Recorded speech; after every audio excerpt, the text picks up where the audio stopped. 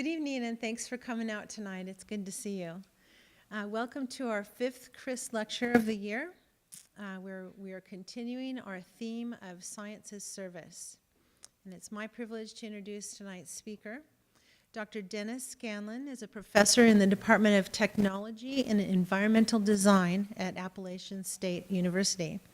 He received his Bachelor of Science from Penn State University and both an MA and an EDD degree from West Virginia University. Energy education and renewable energy technology have been the major focus of his work.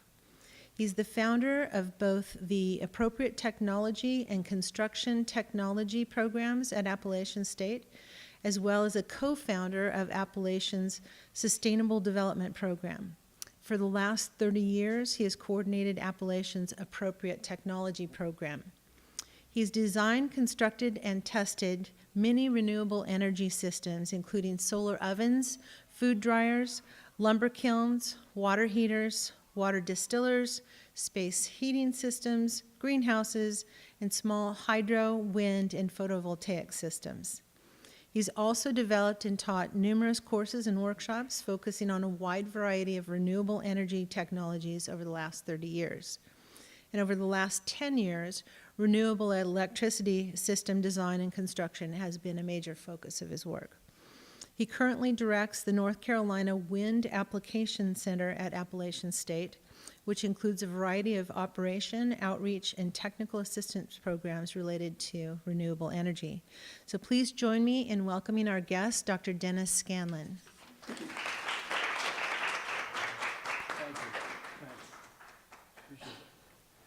All right, well, thank you very much. Good to be with you all. Appreciate the invitation, and hope I can share with you some interesting things that I've been doing over the last couple decades of my life at Appalachian State. So what is appropriate technology, first of all?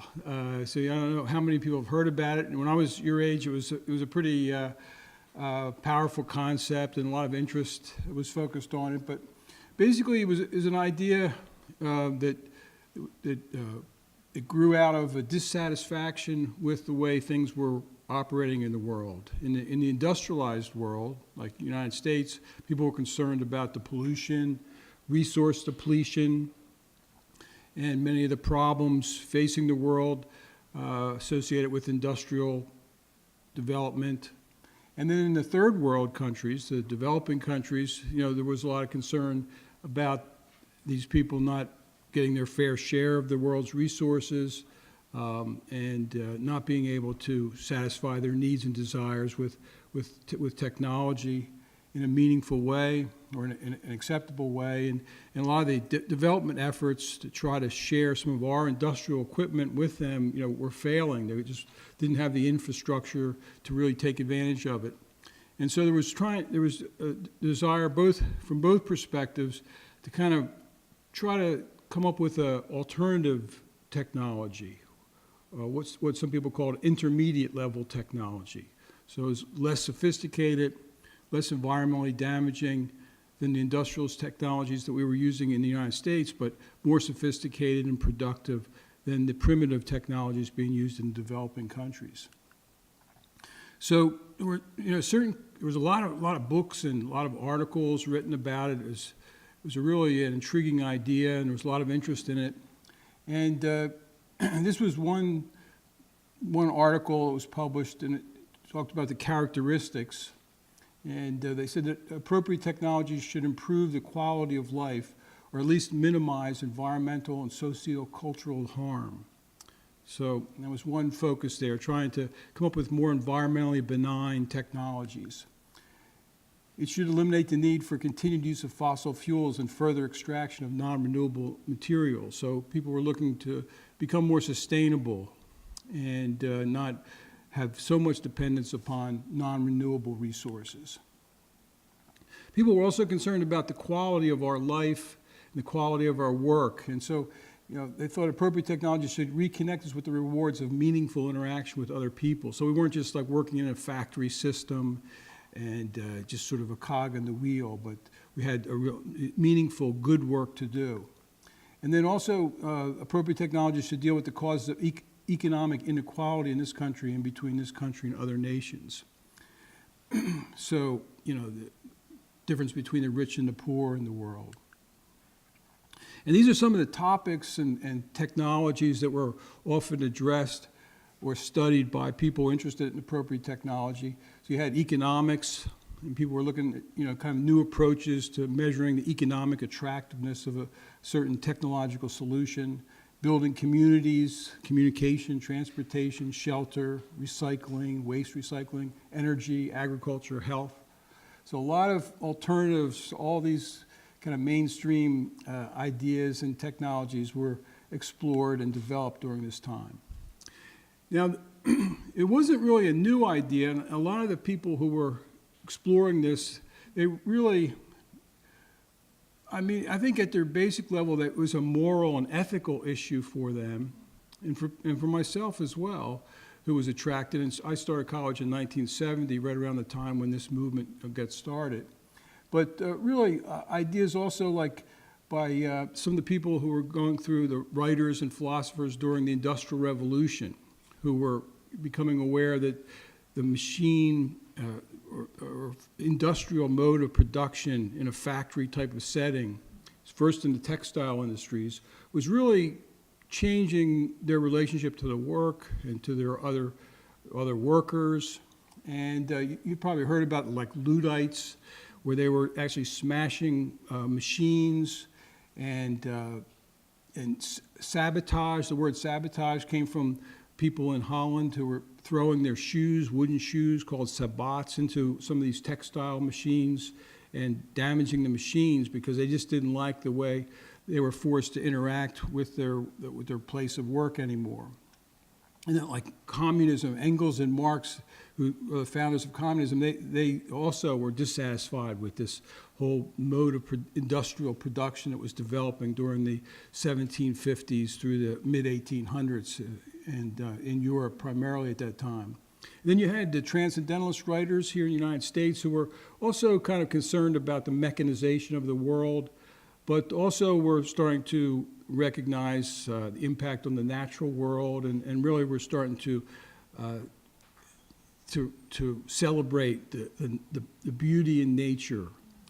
And then you had people like the arts and crafts movement of Morris and Ruskins, and you may be familiar. Are you familiar with arts and crafts furniture? It's made out of oak. It's real plain, but you can see exposed joinery like mortise and tenon joints. It's real strong, heavy furniture, but it's also very highly prized antique today and highly valued. But you know, this was during the Victorian age when you had like a lot of Victorian architecture, you know, real bright colors and a lot of trim and molding just sort of attached to the building. People were kind of dissatisfied with the poor quality of construction and how they were just using paint to cover up things. And the arts and crafts movement was, and also how it was produced as well. So they were forming these like crafts guilds and working in small production facilities, trying to build really high quality, durable furniture.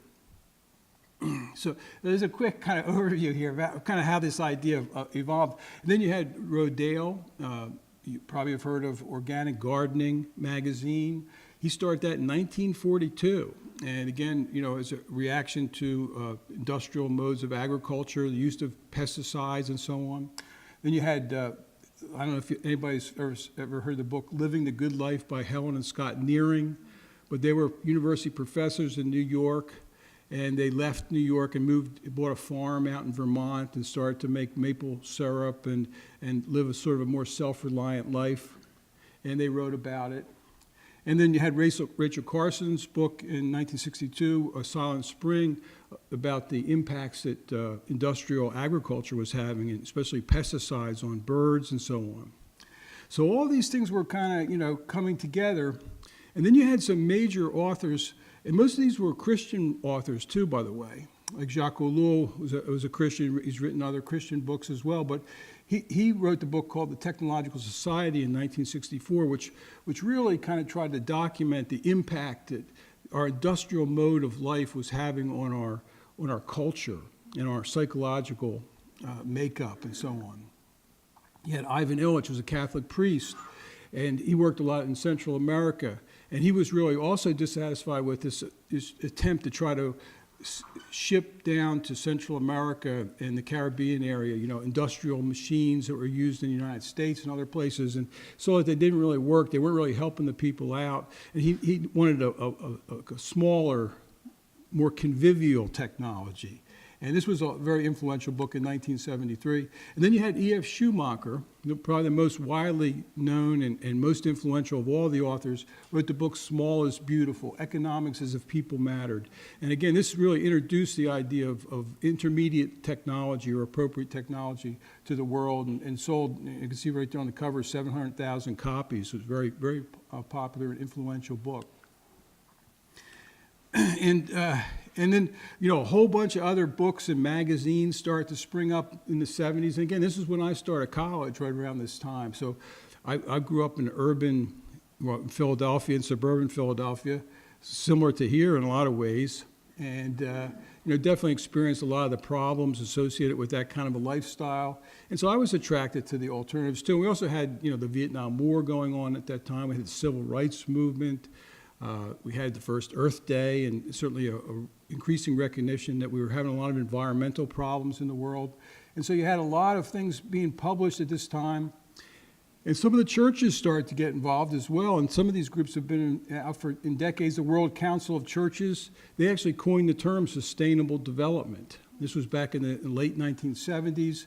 Earth Ministry, Interfaith Power and Light were all basically concerned about pollution, environmental degradation, and resource depletion associated especially with our use of fossil fuels.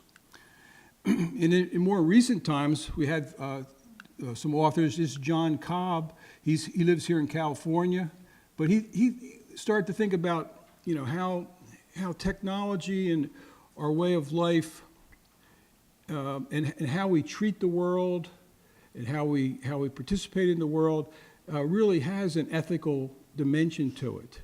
And he thought Christians should think about the service of all creation. And the idea is that if God created the world, then we ought to be taking care of it because it's good, because God does good things, right? And the same thing is, we should love God and we should love our neighbor as ourselves. And that includes not only people who live close to us, but people all around the world, and also other animals and parts of life that were created. So this idea is really growing now, and Larry Rasmussen, I think his son is a faculty member here possibly, but he said all religions understand creation as a bearer of mystery, wonder, knowledge, and sacred value. So the idea that if we're doing things that are harming the environment, either intentionally or by just omission, by not thinking about it, by wasting energy, not turning off lights, wasting water, those kinds of things, that really that's not right. That's not an ethical way to live. And so increasingly theologians are addressing this. And just this year, the Episcopal Church, I think a bishop in the Episcopal Church right here in Los Angeles actually said in a forum, it's wrong to use resources that have been given into our collective care in ways that diminish the ability of others to share in abundant life. And it's equally wrong to fail to use resources of memory, reason, and skill to discern what is going on around us. And she's not just talking about people, she's talking about harm that we may be doing to other species of animals and insects. And we have a lot of extinction problems in the world today, and so that's another issue. Pope Francis, just a couple weeks ago, wrote a major encyclical, over 100 pages, focused just on the same issue. Humanity is called to recognize the need for changes of lifestyle, production, and consumption in order to combat global warming, or at least the human causes which produce or aggravate it. So all these ideas, really came together. And certainly it's linked with the idea of sustainable development, and technology, has recognized as being the cause of many of these problems. Here's something from the chairman of the United Nations Commission on Sustainable Development. The transfer of modern, environmentally sound technology to developing nations is the key global action to sustainable development. So all these ideas that we're talking about here are really what led some faculty members at Appalachian State in Western North Carolina to initiate this appropriate technology program back in the mid-1970s. And this was an interdisciplinary group of people. We had philosophers, there was somebody who was a chemist, there was another fellow who was a geologist, and it was a group of faculty who were concerned about environmental degradation, social justice, and the poverty in the world. And they started this program in 1977. It was called IDS. It was an interdisciplinary program. Students from all over campus would take the courses. And then it was moved to the Department of Technology in 1984. And I was just finishing up my doctoral work at that time and had really focused my study on appropriate technology throughout my graduate years, and applied for the job and got the job coordinating the program in 1984. It's likely the oldest continuously operating university program for the study of appropriate technology in the United States. Of course, there's not a lot of competition. But it's kind of an oddball type of program, but we've been very successful, and the program has rapidly grown. We have now over 500 majors in both. We have two programs, a sustainable development program, which spun off, and then the appropriate technology program is over 500 majors in the two together. And service has always been a key component of the program, partly by necessity, because we didn't have a lot of resources, so we wanted to move out into the region and community and start to do work and also share these ideas and help to develop these ideas. So service is kind of broadly defined here, but I'd like to talk about it, the types of activities that I've been involved in with students as well over the years. And I've kind of split them up into 6 different categories, and start off with the design build projects. This is a Let Us Learn project. We're teaching kids about growing food. It's going on right now. But as I mentioned, we didn't have a lot of money at first. In fact, when that was hired, they gave me $250 and a room filled with junk, and they said, go to it. And I had 4 classes to teach and develop, and six preparations the first year, 4 different ones the second semester. It was quite a year, but I decided right from the beginning, let's get together and get the students out there, and we'll try to do stuff. And so we started to work with some of the poor folks in the area on energy efficiency projects and also solar retrofits. And like this is one of the first projects we did, where somebody who lived about half an hour from campus had a small little house, and they wanted to add a solar greenhouse to the house for both heat and additional space, and also a place to grow plants and so on. This was a real popular solar retrofit back in the time. So the students and I got together, we designed and built this thing using largely recycled materials. Right here, we did another project, a similar type of project on an old Appalachian farmhouse. A single woman, single mother with 2 or 3 kids was living there by herself and wanted her front porch converted into a solar greenhouse. So again, using a lot of recycled materials, we built this thing. Did a lot of work with low-cost solar water heating systems back then. And if people had some money, they wanted to buy the materials, we would build them a solar water heater. And basically we took a steel tank, a water tank, and stripped off the insulation, painted it black, and then built an insulated box with some recycled glass, usually patio door replacement units, like the sliding glass doors. When they would fog up, the seals broke, we would cut them apart with a razor knife and then use the panes of glass, which are high quality tempered glass. We could get them for like $5 or $6 a piece and could build these very inexpensively, and they worked really well too. Started to do other stuff with like solar heating systems for houses, and help people in the area who wanted to adopt solar, build solar water heating systems. We developed some nice low-cost and pretty innovative and really good performing solar water heating systems as well. We also worked with business and industry. One of the local wood products companies in the area was interested in building a kiln so they could dry the lumber and add value to the products, the wood, so they could build furniture with the wood. And so the students and I, here's a bunch of students, we designed and built this in one semester. One semester, we did the whole thing, designed it and built it, and the guy paid for all the materials. But it was a great project and, just a tremendous experience for everybody.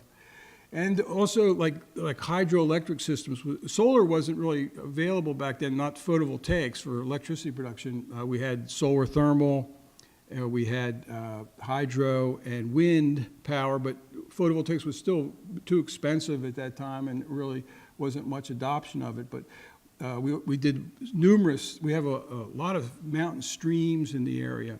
And so it's really a good way to produce electricity with small hydro turbines. And this is one developed by Don Harris, who I think he lives in Northern California or Southern Oregon, but developed a really innovative small hydroelectric system. And so we designed and built a bunch of systems like this with students. And we worked with Habitat for Humanity. It's been interesting. I spent the last couple of days going through my life and a bunch of slides. And I know it's a sort of a litany of projects. I hope, and I can't spend a lot of time on any one of them, but they all have been really interesting projects. And hopefully you get a picture of, some things that maybe you could do or how you could provide service. And again, all these technologies are also not only serving people, but they're also addressing global warming, climate change, species extinction, all these kind of problems that are facing the world. So from that point of view, we're serving creation by using energy more sustainably and using renewable energy resources. But this is a project we worked with Habitat for Humanity, started by Jimmy Carter in Georgia and spread all around the United States. I'm sure you're familiar with it, building low-cost houses for people. And we designed a state-of-the-art, energy-efficient, solar-powered with a photovoltaic system and a solar water heating system on the roof and helped to build it. We also developed, in more recent years, after Katrina, Hurricane Katrina, which some people link to global warming as well, but we developed like a disaster house that you could actually drive into a disaster location, and it would be it'd have its own electricity production, its own solar water heating system. It was all super insulated and a green building in many respects. So that's that project there. And then this isn't really directly serviced, but we've participated with the Department of Energy's Solar Decathlon project, which is a collegiate competition, and it's really trying to move forward with green building technologies and energy efficient construction practices. So it is a type of service in that regard. And this was a project won the People's Choice Award about 4 years ago in Washington, D.C. And then just 2 years ago, we went to Europe with another building designed to be sort of a row house. And again, an exemplary green, energy efficient, solar heated building and also electricity production. We also have worked a lot with the EPA's P3 projects, which I would recommend you guys check out there. It's a great resource of funding for student projects that focus on environmental issues and problems. And we've done quite a few of them. Actually, I think we're one of the leading universities in the United States. But again, faculty and students in this case got together and designed a water purification system, a gray water purification system for a haircut and a hair salon. And this is a prototype that they developed. And the idea was that a lot of the water that was being used to wash people's hair and so on would be purified, and then they would use it for flushing their toilets and reduce the amount of fresh water that they would have to use. Done a lot of our students initiated what's called the REI program, Renewable Energy Initiative. And this was about 10 years ago, and all the students voted on it. About 97% of the students went for this idea that every student would pay an extra $5 per semester in their student fees. And all that money would go towards the development and construction of renewable energy projects on campus. It generated about $150,000 a year, and we now have about, about 5 or 6 photovoltaic systems on campus, about 10 solar water heating systems. Like every dorm now has solar water heating system when they're building. We've got biodiesel facility. We also have not the world's largest, but the largest wind turbine in the state on our campus, which is a 100 kilowatt north wind on a 120-foot tower. And that began in June of '09, and it was paid for by students through this REI fund. And we build wind turbines for people and repair them if they get if they mess up. And the most recent project we just did this semester, I was approached by this company that was a local bakery right across from campus. These are some of the dorms on campus right there, and they wanted to have a light on their sign, and they didn't want to dig up the parking lot to do it, to bring power out there. They also wanted to kind of support solar in a small way. So we designed and built, and we're actually in the process, we're not quite finished, we're waiting for the lights to come in, but we designed a PV-powered or solar-powered lighting system. It was automatic, that would automatically turn the lights on and off. Really a neat project, interesting design project, and we're hoping that it's going to last for 20 years. We'll see what happens. All right, so there's some design build projects.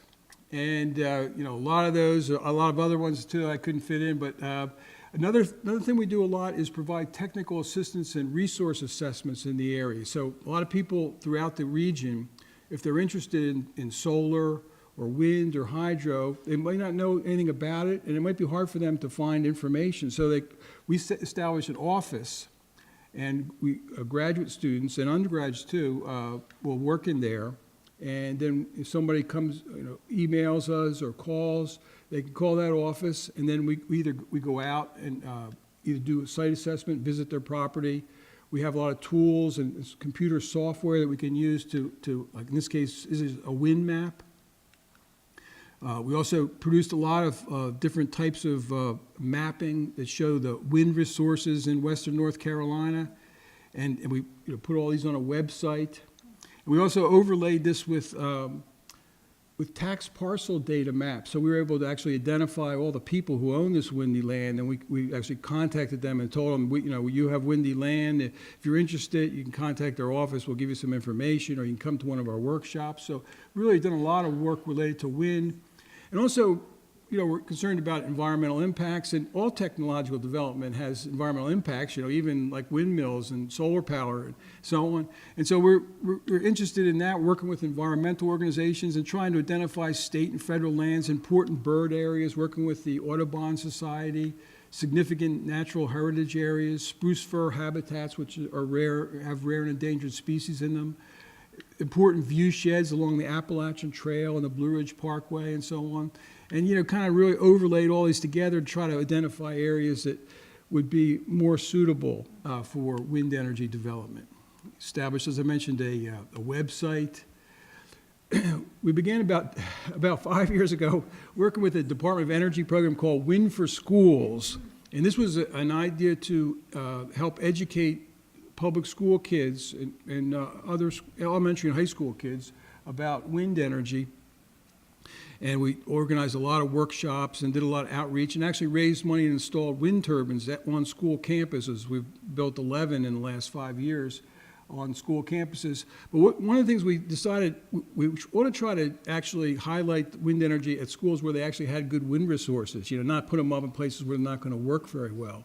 So again, we overlaid these wind maps I showed you earlier with the school database, and we identified all the schools in North Carolina that had an average of 10 miles an hour or higher, which would be suitable for wind energy production on their campus. And all these blue dots are the schools where those windy schools existed. And we contacted those and organized workshops, and that's where we ended up putting a lot of the turbines. And this is the turbine we did, and we also did photo simulations to show what it was going to be like ahead of time, and we've done a lot of work with that. And we also started a small wind research and demonstration site, sort of like an outdoor museum. And it's open to the public, and we do a lot of workshops there. Also, students from Appalachian State go up there. It's on a 5,000-foot mountain right at the top, really windy place, a great place to test wind turbines. And this is, a place where people can learn about this technology and where our students can learn about it as well. So we also work with organizations, as I mentioned, and as well as individuals. This was Grandfather Mountain, which is the top resort in, not resort, but scenic attraction in North Carolina. It's a really amazing place. and it has this big bridge here that you can walk across. And they were interested in trying to improve their energy efficiency. They're very concerned about global warming and environmental degradation that's taking place on that mountain and in this region in general that's associated with global warming and climate change. And they asked us to do a complete survey of their whole operation, identify how they could use energy more efficiently, and also how they could use solar and renewable sources of energy as well. So again, all these projects are done with students and faculty working together. And we did a photo simulation for them showing them what a wind turbine might look like from 1.25 miles away on the Blue Ridge Parkway, because a lot of concern in Western North Carolina for viewshed protection. And people are really concerned about wind turbines diminishing the quality of the viewshed.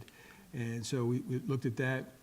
Did a lot of work. We have, like I said, a lot of mountain streams, so we go out and measure people's streams with a bucket or other techniques and measure the flow and then the actual drop or fall. And then with that information, we can calculate how much power they can produce, how much energy, and also we can design a system for them and kind of give them an idea how much it's going to cost.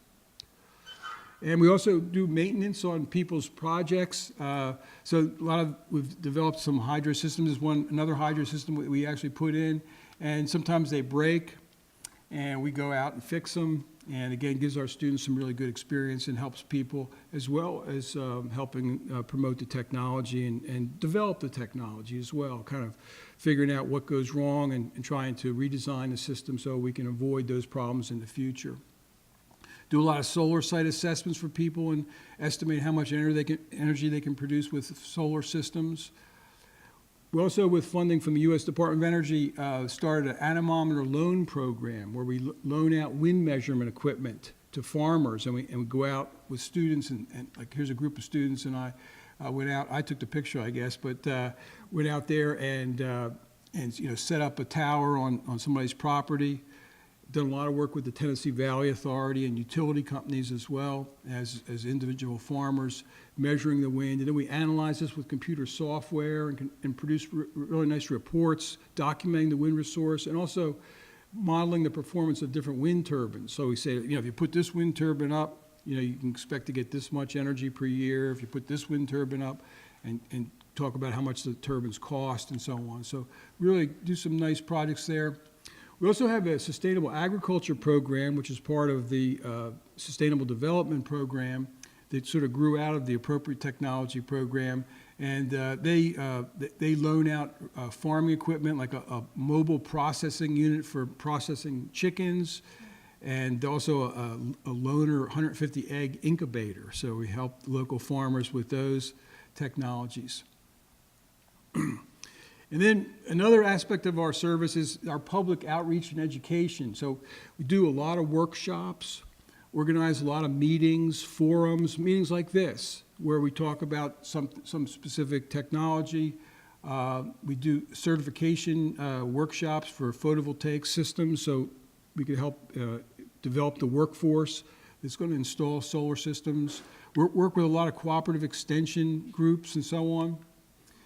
And here's one of our first workshops we did. We also invite in a lot of the leading experts in the United States, so that not only do we have these opportunities for our community and people in the region to come and learn about the technologies, but also our students have access to some of the leading experts in the United States. This is Mick Sagrillo, who's one of the leading experts in the country focused on small wind technology in a workshop he did. And then we also, a lot of our workshops, we have actually hands-on components to them where people get to actually build, in this case, a wind turbine up on Beech Mountain. And from start to finish, put the whole system together. And some of these workshops, we get people from all around the world coming to them because there just aren't that many opportunities. But certainly, every year we get people from at least 30 or 40 states who come to these workshops. So that's a good service, I think. And as I mentioned, we do a lot of work with teachers and students, especially with this Wind for Schools program. We've organized a lot of workshops and taught teachers about wind energy and helped to develop these little kits, along with KidWind and some other people that can be used in the classroom to give students like hands-on experiences so they can really understand how a wind turbine works, and they can do like little competitions and kind of make it fun to learn about it. And these are some teacher trainings that we did, and some testing systems that we worked with to actually test the turbines. A couple of graduate students there getting ready. And then we also go out, we've started a club. We have a chapter of the American Solar Energy Society. And the students there, they want to do service projects also. So one of the things we came up with early on is to go out and give presentations in classes and take out systems. Some of these were from the wind projects, but here you can see a bicycle that they developed with some light bulbs there so the kids can pedal and really see how much energy it takes to light a light bulb. And we bring out little demo renewable energy systems and show kids and do a lot of presentations and so on. And also sometimes people come to us and we show them around our facilities, take them up to Beech Mountain and show them the wind turbines there, let them actually work with some of the tools to raise and lower wind turbines on tilting towers. And then also we've done a lot of public displays over the years, like Earth Day celebrations and like concerts and festivals. People often invite us to come, and we actually have a little trailer. Actually, this was the first one we built, and we actually can power sound systems. So we drive this thing up, and we actually power the stage so the musicians can get their power from the sun. Here's our new one right here, Daisy. So it gets used a lot. We take it out to all kinds of festivals and gatherings, and it has a lot of green technologies associated: small wind turbine, solar water heating system, a photovoltaic system. Also has a lot of energy efficiency technologies inside. So done a lot of work there. Organized a solar homes tour and a renewable energy tour where we take people around in a bus. We get the university's bus, and we take them around to see a bunch of different alternative technologies or solar houses. We do have different themes over the years. We have a lot of meetings and forums also that we've organized, especially around wind energy, because it's been very controversial in North Carolina. By the way, do you guys know who's the leading adopter of solar energy in the United States? You know what state is the leading adopter? What do you think? You think it's North Carolina? No. California. This state right here has installed about 35% of all the solar panels installed in the whole United States. It's by far, California is by far, the leading adopter of renewable energy. It used to be the leading adopter of wind energy, actually, in the United States. So it's been bypassed now by Texas and several other states, but California is probably the greenest state in the United States in terms of support for renewable energy and green technology in general. So you guys are doing great. Guess who's number 2, by the way, for solar adoption? North Carolina. So we share an interest and an interest in adoption of solar power. Organized wind working groups and a lot of meetings with elected officials that discuss wind power. It was very controversial. Here's the days we brought out to a community meeting with 80 attendees on solar and photovoltaic education. I'm getting down through it now. So another category is policy work. Now, we haven't done that much with policies, but increasingly we realized that there were political barriers to the adoption of renewable energy, especially wind power. Back in the 70s, somebody built a large, a 10-story condominium on top of a 5,000-foot mountain. It's a big block, big concrete block. You can see it from miles away. It's still there. And after that, a law was passed called the Mountain Ridge Protection Act, which prevented any large buildings from being built on tall mountain ridges. And we have quite a few of them. It's really a very mountainous region, the whole 24 counties there in the western part of the state. Now, there was an exemption for windmills, but they didn't define what they meant by a windmill. And so when wind turbines for electricity production started to be used, there was a lot of discussion about whether the exemption for windmills could exempt wind turbines. And the Attorney General of North Carolina, unfortunately, he's running for governor now, unfortunately didn't support wind energy development and said that he didn't think that they would, he thought that they were prohibited based on the Mountain Ridge Protection Act. And the best winds are on the mountain ridges because that's where the wind encounters the least amount of friction. It can build up good velocities. So if you can't use the mountain ridges, there really wasn't much good wind in western North Carolina. So it really created a lot of problems. So there was need for some policy work. So we got together with our local county, which is Watauga County, where Appalachian State is, and we wrote for them, with them, the first ordinance in the state that would provide sort of would regulate the development of wind energy and also clarify the legality of wind turbines and differentiate between what would be required for a small wind turbine compared to a large wind turbine, because a large wind turbine obviously would have a much larger impact. And so we developed that, and then now there's like, I think there's about 15 counties in the state that have developed a similar one. And we also worked with the state government to develop a model wind ordinance after we passed ours. And that's when we really started to discuss this with a lot of other groups, including environmental groups, land conservation groups, which haven't been that eager to support wind energy development. And then we had a couple of state laws that we actually got involved in writing, and they were introduced 3 years running, but unfortunately were never passed. And this would have clarified the legality of wind turbines in regards to the Mountain Ridge Protection Act, which would have been a major, which is still a major hurdle. But anyway, they didn't pass. So that was the end for my small policy-related endeavors. But a lot of students did work too on this. We met with politicians and discussed it and heard from their concerns. It was really interesting work, and it was a great opportunity for the students who were involved. Now, research, obviously that's an important part of a university life. And certainly, we're interested in trying to improve the performance of these technologies, try to perfect them so they really become something that's viable. It's not just sort of some neat idea, but it's something that really does work and work well. So, like one of the problems with wind turbines is they make noise. And so we've done a lot of research looking at noise and ways we can reduce the noise. Recently, just this past semester, actually, we worked with Rutgers University on these little things. They made them with 3D printers. And they glued them to the blades of one of our wind turbines up on Beech Mountain. And the idea was that, not necessarily related to noise, but that they would hold the wind on the blades, because when the wind encounters the blades, obviously it's going to want to go around the blades if it can, not go through the blades where you're going to extract the power from the wind.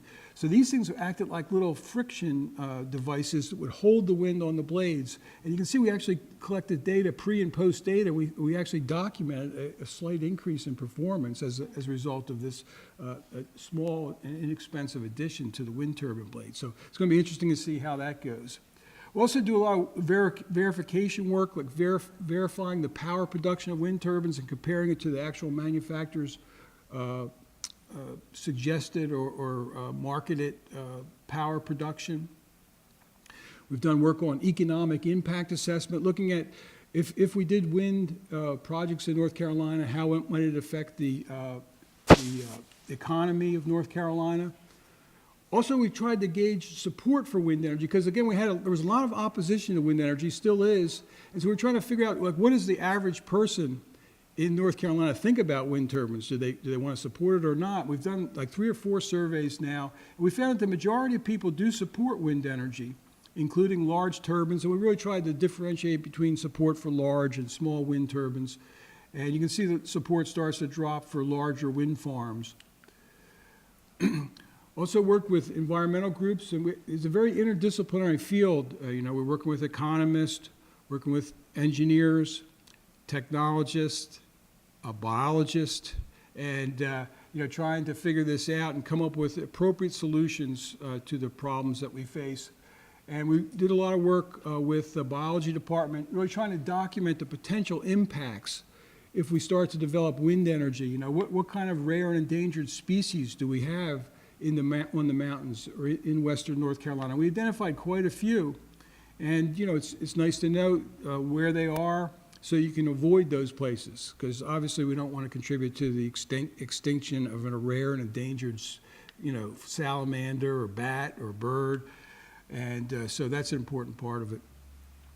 Done a lot of work with solar food dryers, as was mentioned, and a lot of research on that, trying to really improve the performance of these. And this has been tremendous interest in this around the world, especially from the developing countries. They just built 1,000 of these in Afghanistan using our design.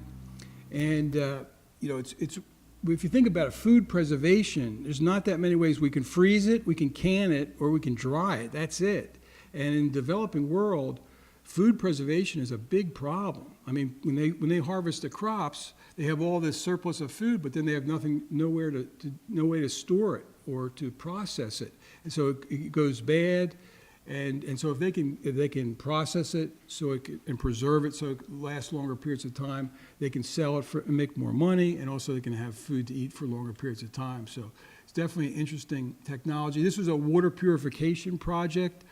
Susan Dahl, one of our faculty members, initiated with support from the EPA P3 project, again, using small solar ovens to produce heat, enough heat to actually kill bacteria and viruses that might be in drinking water, and a really low-cost way to do it.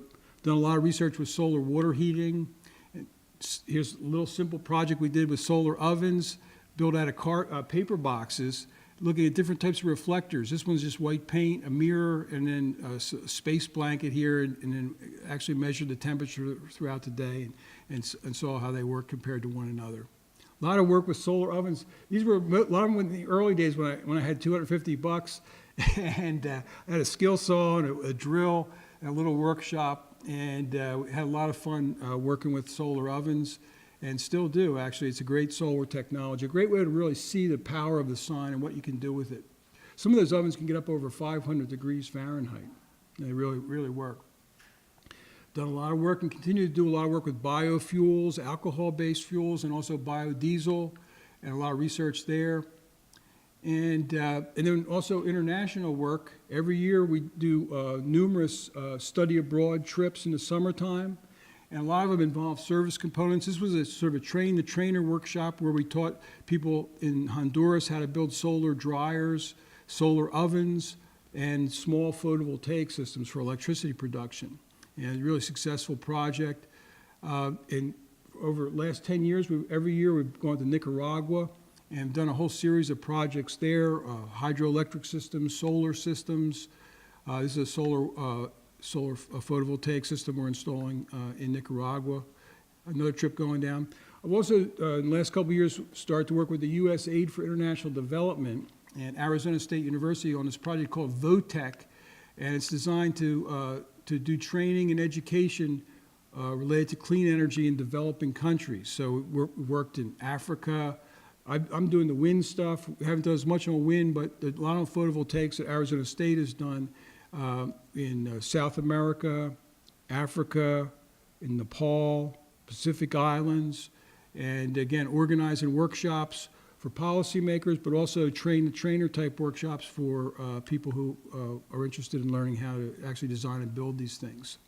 So we've had a lot of key partners in all this work. North Carolina State Energy Office has supported our work, Department of Energy, Tennessee Valley Authority, National Renewable Labs, some businesses, USAID, a lot of student help over the years, some local companies as well.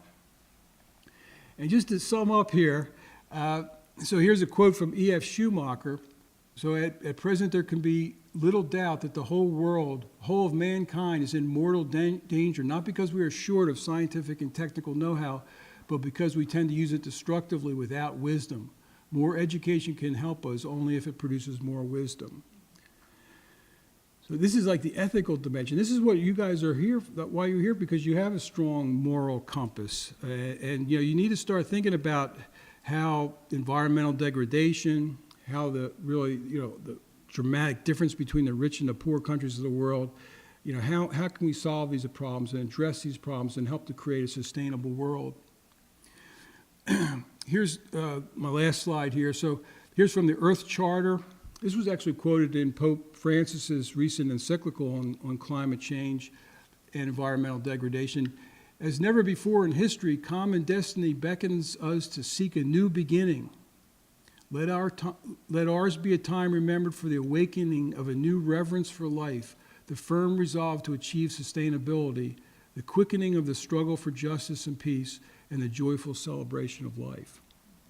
And then finally, giving Pope Francis the last word here, living our vocation to be protectors of God's handiwork is essential to a life of virtue.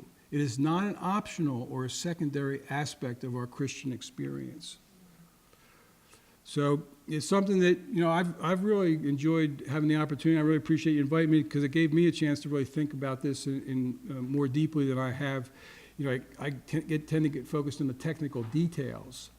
But really, think all the things that we could do in our daily life, like, turning off lights when we're not using them, avoiding wasting water, buying energy-efficient cars and using energy-efficient light bulbs. All these kind of simple things, along with helping the poor and so on, obviously, are really important and can help build a more sustainable world. And it's the kind of thing that increasingly is being linked to living a moral life, an ethical life, being a good Christian. And that's a new idea for Christians that somehow, adopting green technologies or green way of life is really what God wants us to do. But that's what all the religious leaders, there are so many religious leaders now giving sermons on this, writing major papers and forums. That definitely, it's an exciting time to see what's happening. So, that's all I have.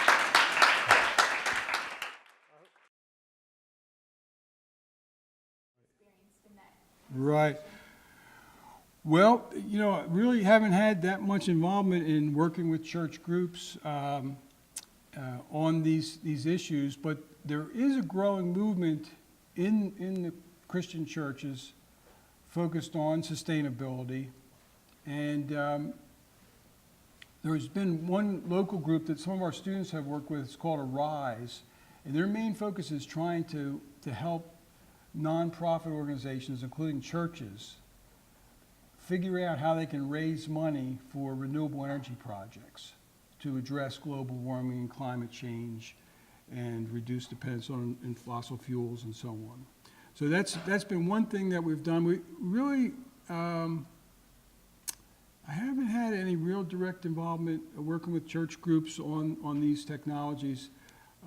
Some of the projects in Honduras and Central America, there were church people around and they helped to fund some of our projects and so on, but other than that there really hasn't been much. So I think it's sort of a new thing, and that the church leaders now are starting to recognize that it's important for Christians to be involved in this and also are communicating that message to the parishioners, and I think we'll see more interest in the future. Thank you.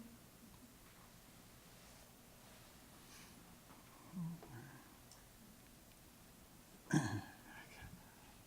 was wondering if you could talk a little bit more about some of the issues with wind energy. I know in the areas that I've looked into sustainable projects, it seems like there are always these kind of conflicts of interest. Definitely. Where you have one environmental issue competing with another. So, for example, with wind energy, there's often concern about birds. Right.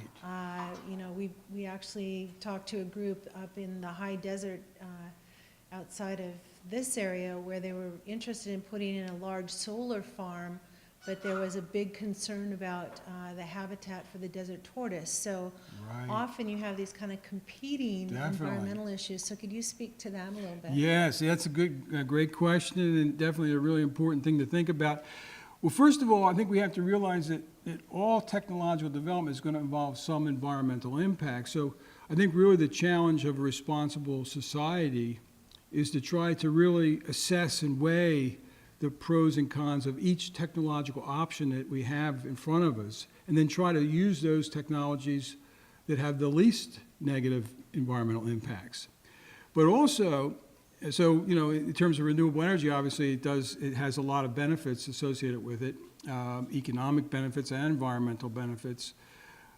But Also, we can, if we do good assessments of the technology before we start to build these systems, or even before we start to permit these systems, so that we require environmental impact assessments to be done, and make sure that we avoid places where there are rare and endangered species or where you have migratory pathways for birds. And largely the wind industry has embraced that philosophy and that approach. And really, like, while the avian impacts were significant initially, especially here in California, in some of them, like Altamont Pass and some of the other mountain passes where they had some wind farms, in recent years, it's been fairly minor. Like, I think it's about, like, it's much less than get killed by cats and, but buildings and cars and so on. I think it's like less than 2 birds per turbine per year is the national average based on all the research that's being done currently. And that's largely because they do those environmental impacts assessments ahead of time and really try to avoid those places. But it's also a problem too when you get into, like in North Carolina, it's been very interesting because you have a lot of, and this is sort of speculation on my part a little bit, but I've been really involved in the technology for 10 years now, but you have a lot of wealthy people who own these mountain ridges, and they spend a lot of money to build these big houses up on top of the ridges. Around here, you don't have quite as they're greener mountains, and they're not quite as steep as the ones you have here, and so they have roads up to the top of them, a lot of them. And so, and these are expensive houses and expensive pieces of properties with spectacular views. I mean, unbelievable views from the tops of these mountains. And these people are concerned about protecting their views. So, like, do they own their view shed? This interesting philosophical concept. And really, is there any evidence to suggest that their property values, which is a real issue that often doesn't get talked about, will diminish as a result of having a view of a wind turbine?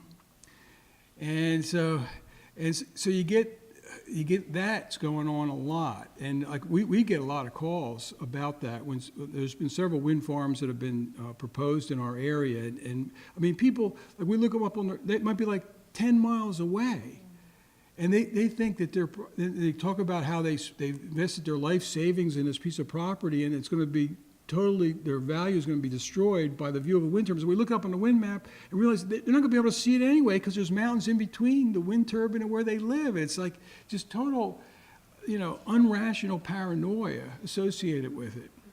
So that's another issue that the idea of beauty has to change too, because, people say, we shouldn't do anything with the mountain resources.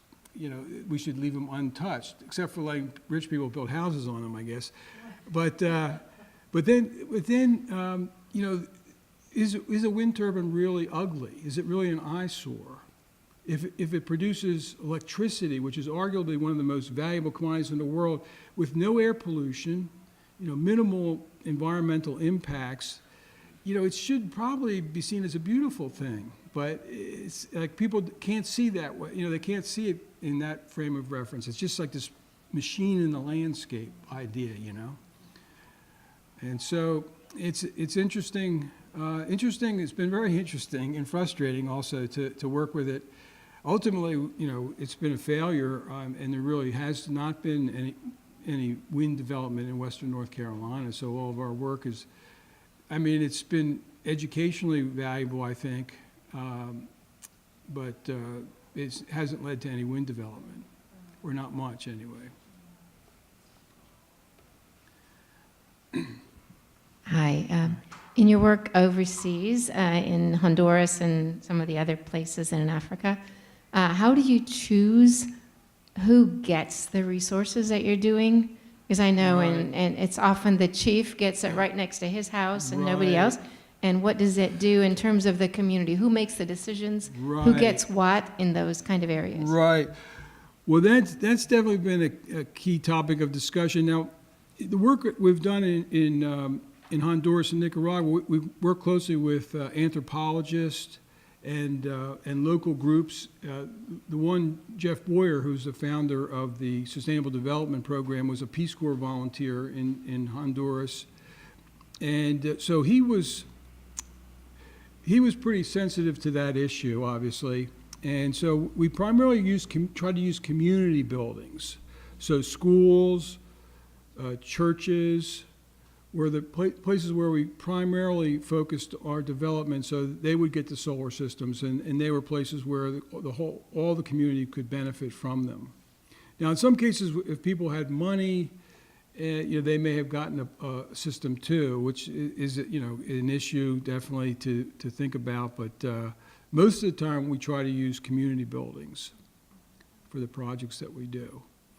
And in one place we worked a lot in Nicaragua is an eco village. It was an organic coffee plantation and eco lodge where people would come to like do bird watching and stuff.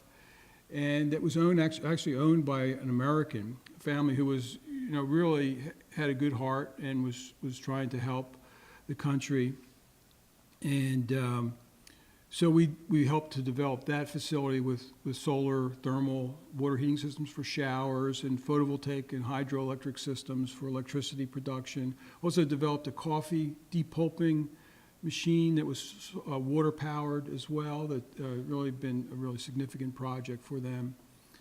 So definitely that's important because, again, appropriate technology is not just concerned about environmental degradation, but also sociocultural problems and harm. And so that's another aspect of the interdisciplinary nature of the work.